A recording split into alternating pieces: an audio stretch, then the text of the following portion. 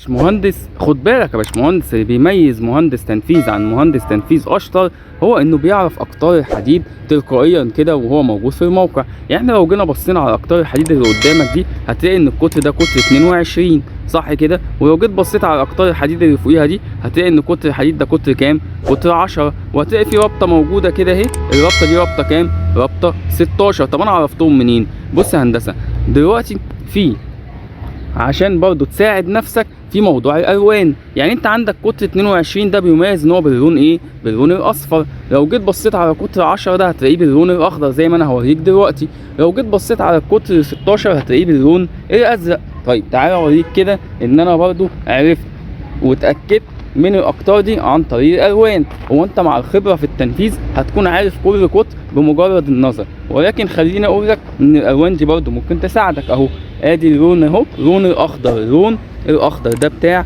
قطر 10 اهو يا هندسه، تمام. وطبعا الرابطه ال 16 هي مش باينه بس هتلاقيها باللون ايه؟ باللون الازرق. وادي رابطه 22 طبعا احنا شفناها باللون الاصفر.